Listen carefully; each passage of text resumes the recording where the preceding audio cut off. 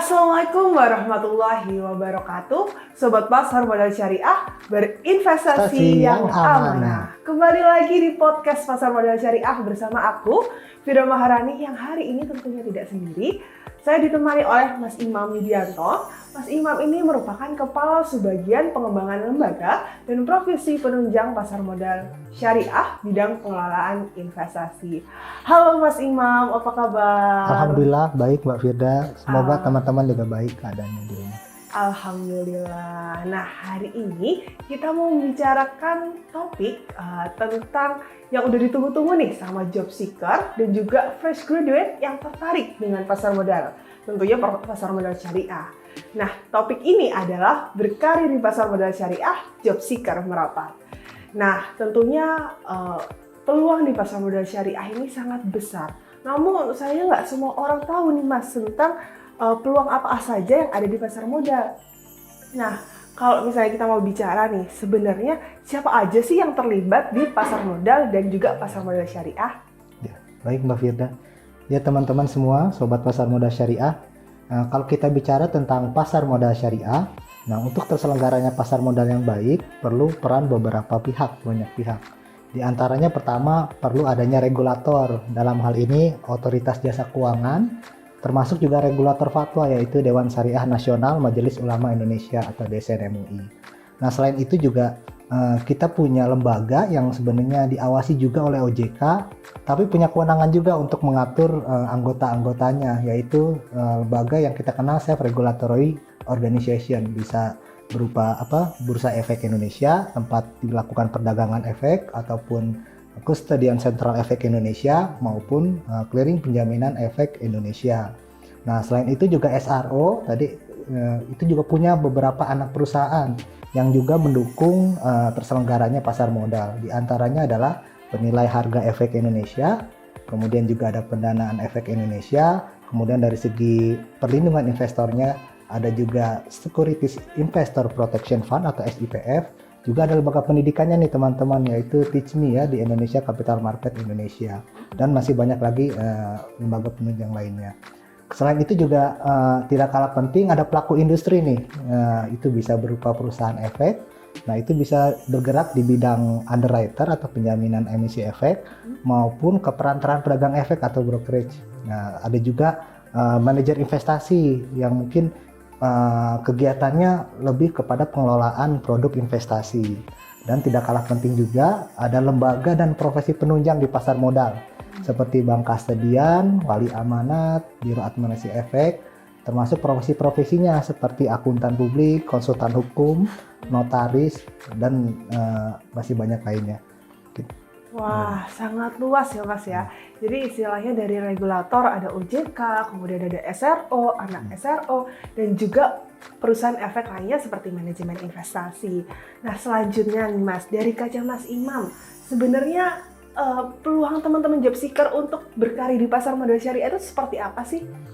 Ya baik Mbak Firda, kalau menurut saya memang potensi berkarir di pasar modal ini sangat luas dan potensial ya, karena memang kalau kita lihat dari segi perkembangan produk pasar modal syariah, mungkin kita lihat dari sisi pertama investor ya, dari jumlahnya ini terus meningkat dari akhir tahun 2021 sampai akhir November 2022, itu peningkatannya hampir 36%, hingga saat ini total investor mencapai sekitar 10,2 juta investor.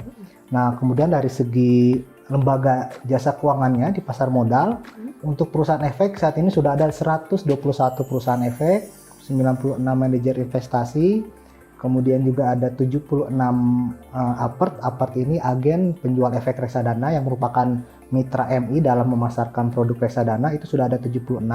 Kemudian ada penasihat investasi sebanyak 34, bank kastedian sebanyak 25, 12 wali amanat. Termasuk juga yang baru ini sudah ada 11 penyelenggara securities crowdfunding yang berizin. Nah, selain itu juga dari segi pendanaan hingga tahun 2022, akhir November 2022, sudah ada 53 emiten saham dan juga 8 emiten efek bersifat utang dan atau sukuk. Gitu. Jadi banyak sekali peluang dari berkarir di pasar modal Indonesia. Wah, ini bisa menjadi angin segar ya Mas ya untuk job seeker yang khususnya teman-teman yang kemarin terkena badai PHK di tahun 2022. Nah, terus Mas, apa saja sih profesi di industri pasar modal? Ya baik Mbak Firda, tadi kita sudah sebutkan ya beberapa lembaga yang mendukung terselenggaranya pasar modal. Pertama mungkin kita bisa bedah satu-satu di perusahaan efek.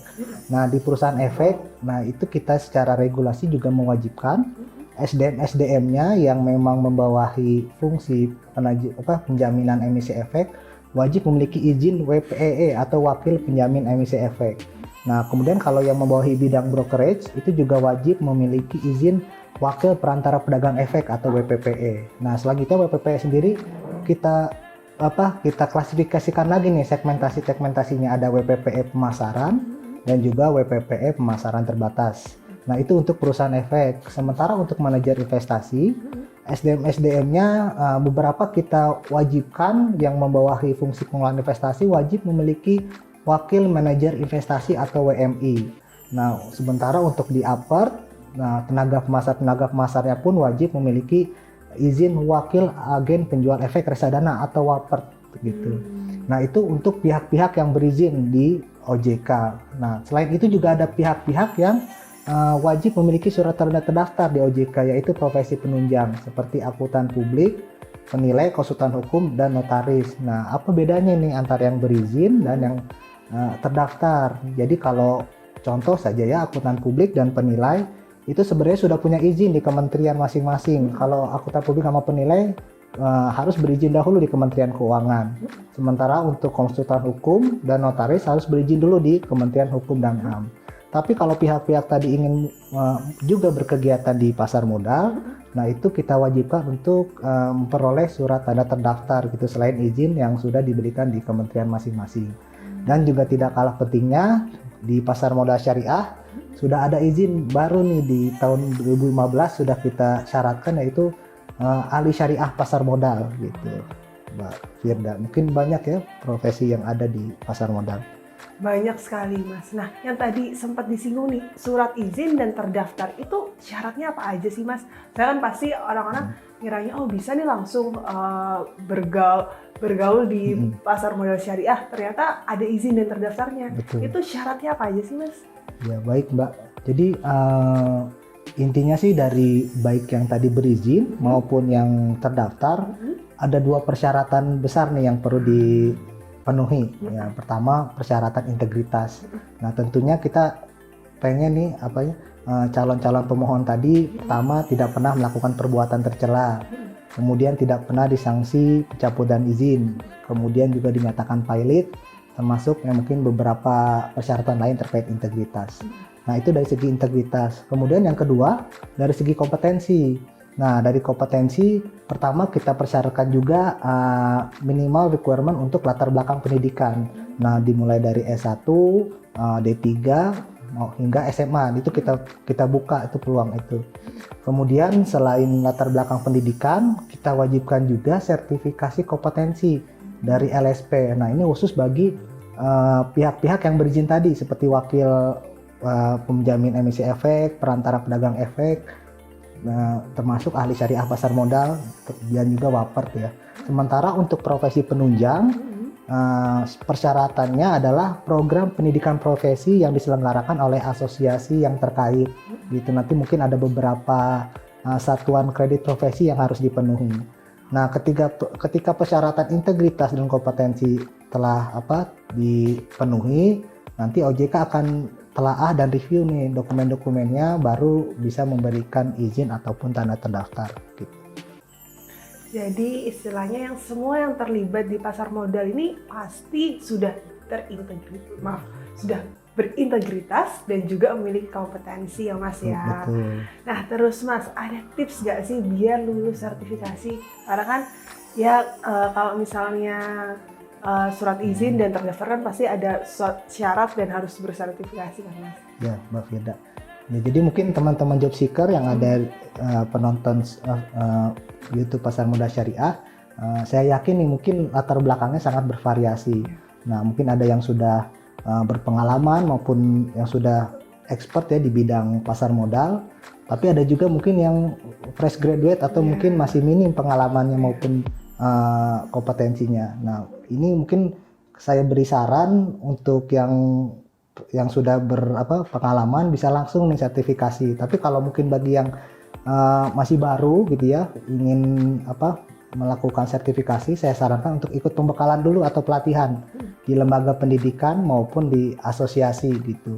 Nah, kita kan sudah punya nih, kalau di pasar modal ada Teach Me, kemudian kalau kesyariahan sudah ada Desain MUI Institute gitu ya, maupun nanti ada asosiasi dari profesi penunjang terkait yang juga sering menyelenggarakan pendidikan. Ini perlu dicatat nih buat teman-teman job seeker yang tertarik untuk bergabung di pasar modal. Nah, terus kita lanjut Mas. Tadi kan sempat kita bicara kalau misalnya di pasar modal syariah ini ada sesuatu yang khusus, yaitu ahli syariah pasar modal. Nah, Betul. itu apa sih Mas sebenarnya membedakan dengan yang lain? Ya, baik Mbak. Jadi kalau mungkin saya mundur sedikit ya menjelaskan. Nah, ketika industri jasa keuangan basis untuk menjalankan kegiatan syariah kan berpedoman bisa dari POJK maupun dari fatwa ya, dari DSN MUI. Nah, dalam menjalankan fatwa maupun ketentuan terkait kesyariahan, nah kita memerlukan SDM nih yang memastikan implementasi ketentuan kesyariahan tadi terlaksana dengan baik nih di industri jasa keuangan. Nah, pihak itu kita berikan amanah kepada Dewan Pengawas Syariah. Nah, mungkin Mbak Firda sering dengar maupun teman-teman yang lain, ada Dewan Pengawas Syariah di perbankan, di pasar modal maupun di KNB. Jadi intinya Dewan Pengawas Syariah itu melakukan tugas berupa pertama pemberian pernyataan kesesuaian syariah atas produk maupun kegiatan usaha, termasuk pengawasannya seperti apa. Nah, kemudian karena tadi DPS bisa berkegiatan di 3 sektor, nah tentunya persyaratannya antara perbankan, pasar modal dan IKNB tentunya berbeda ya. Nah, kalau di perbankan dan IKNB itu persyaratannya berupa fit and proper test dan juga wawancara. Tapi ketika ingin masuk di pasar modal, itu persyaratannya harus memiliki izin ahli syariah pasar modal terlebih dahulu.